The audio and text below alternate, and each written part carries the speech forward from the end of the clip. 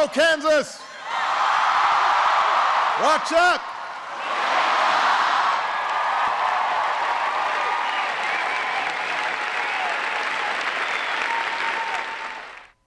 Good evening and welcome to the KUJH Presidential Special. I'm Sierra Upton. It's been a whirlwind day here at KU with President Obama on campus. Students began lining up outside Anschutz Sports Pavilion at 1:30 this morning to catch a glimpse of the leader of the free world. KUJH reporter Tomas Hoppough was at Anschutz today. Thomas, what can you tell us about Obama's speech? Sierra, Obama continued his State of the Union themed speech at KU today, focusing on middle-class economics, but his speech was primarily framed around childcare.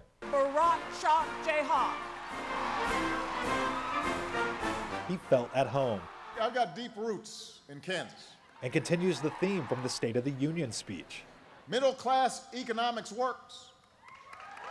He spoke directly to the youth. I'm glad that Obama would come to our school, and it's a really good opportunity. I'm watching history in the making. I was too young to vote in both elections, so really just being able to be here was phenomenal. His focus? Childcare. In 31 states, high-quality childcare costs more than a year of tuition at a state university. We pay for both $1,800 a month. And he's making a plan. I want to support expectant mothers. I want to make sure we got universal childcare to preschool for all. It's the best investment we can make. It is the right thing to do. You know, childcare is not a women's issue. I couldn't agree more because my wife and I mean, we're very much a partnership. Now, the good news is Lawrence gets it. He wants to help the working class make ends meet. I know that if I don't continue to work and I stay home with the kids, it's lost income over the course of my career. His next step? To present his proposal to Congress. The answer can't just be no to everything. Yeah, I don't mind hearing no to some things, but it can't be no to everything. At some point, you got to say yes to something. President Obama had an agenda today, and he framed it around childcare.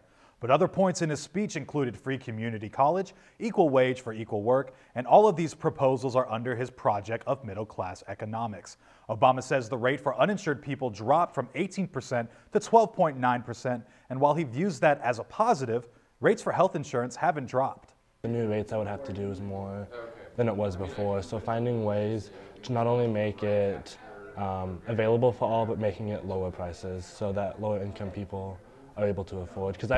And living in Kansas, because we don't have the Medicaid expansion, I wasn't able to get any funding from the state for Kansas.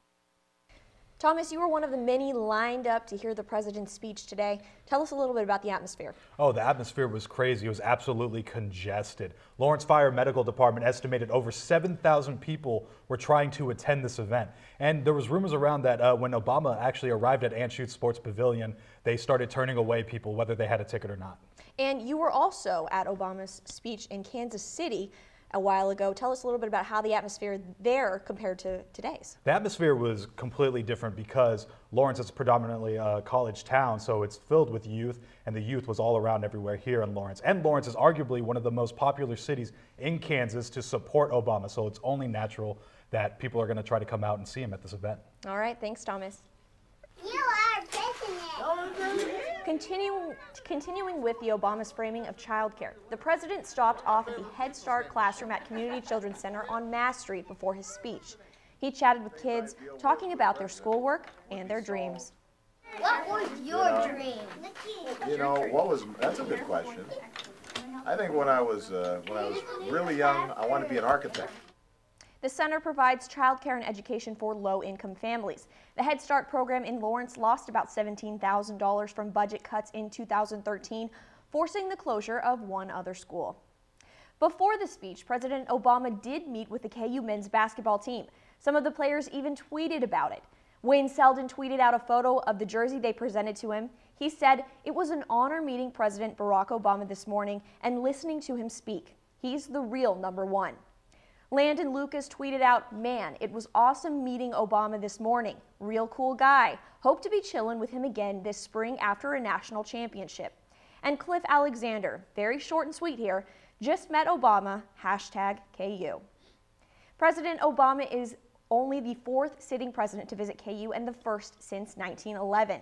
Students took to social media to mark the historic event. KUJH reporter Scott Chasen is live in the newsroom with a look at how Twitter reacted to Obama in town. Scott? With the president in town, there was obviously a lot to keep up with, starting with the build-up to the event. The anticipation was certainly there. Looking at the night before the speech, the top 2 trends in the Kansas City area were both about the president, and that was just the tip of the iceberg. For the university's Twitter account, it was the same story. Typically, the account, @KU News, will receive about 20 or 30 retweets and favorites for a typical post. Today, it had 5 tweets, get over 130 retweets, with the top tweet receiving over 600 combined retweets and favorites. This isn't something that died down either. 2 hours after the president's flight left, the top 3 trends in the Kansas City area continued to be #POTUS@KU, President, and Lawrence. And in fact, the word president had been used in more than 280,000 tweets in the Kansas City area alone. With that kind of attention, hopefully it won't be another 100 years before a sitting president visits. All right, thanks, Scott. As you can see, campus has been buzzing since the president announced his visit to KU. However, one student missed out on a historic opportunity. And was a future president in the audience at today's speech? Find out after the break.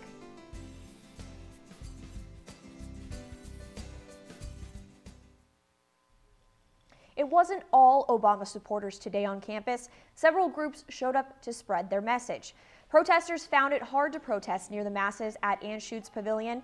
The designated protest area was in front of Murphy Hall, away from the crowds.